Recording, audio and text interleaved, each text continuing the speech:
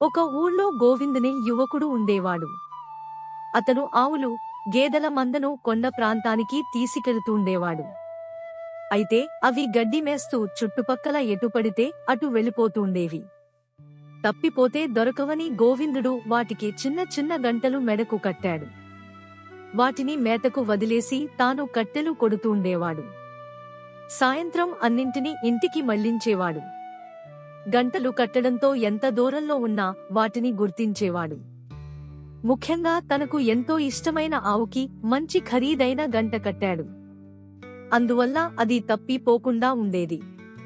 ఒకరోజు ఆ గేదెలు మేస్తున్న వైపు ఒక వ్యక్తి వెళుతూ ఆ ఖరీదైన గంట ఉన్న ఆవును చూశాడు. ఆ ఆవును ఎలాగైనా తస్కరించాలనుకున్నాడు.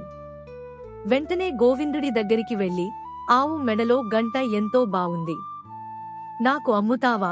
నీకు కావాల్సినంత సామ సొమ్ము ఇస్తాను అని అడిగాడు. వీడెవడో వెర్రివాడులా ఉన్నాడు, ఉత్తి గంటకి ఎంతో డబ్బులిస్తున్నాడు అని మనస్సులో నవ్వుకుని సరేన్నాడు గోవిందుడు.